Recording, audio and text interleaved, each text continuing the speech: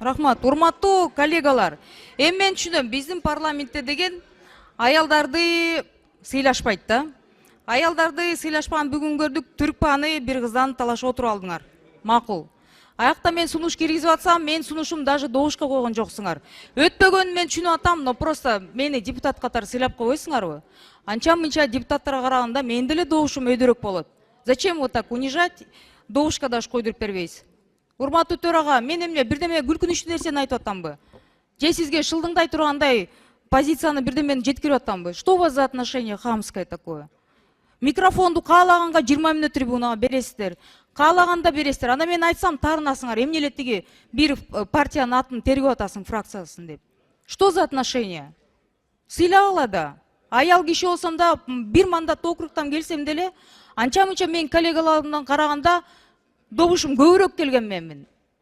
Не надо меня так оскорблять. Сунушту бергенде деген по закону коюп берсеңер болмок. Не шылдыңдап атасыңар? Улам чыкпаган сайын совсем эле хамское отношение. Что это такое? Смешно вам?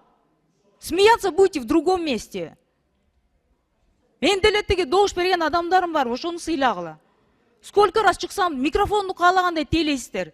Ушуну президент көрүп атса, сиздин шефиңиз көрүп атса, ошого жеткирип койгула. Нельзя так относиться к депутатам.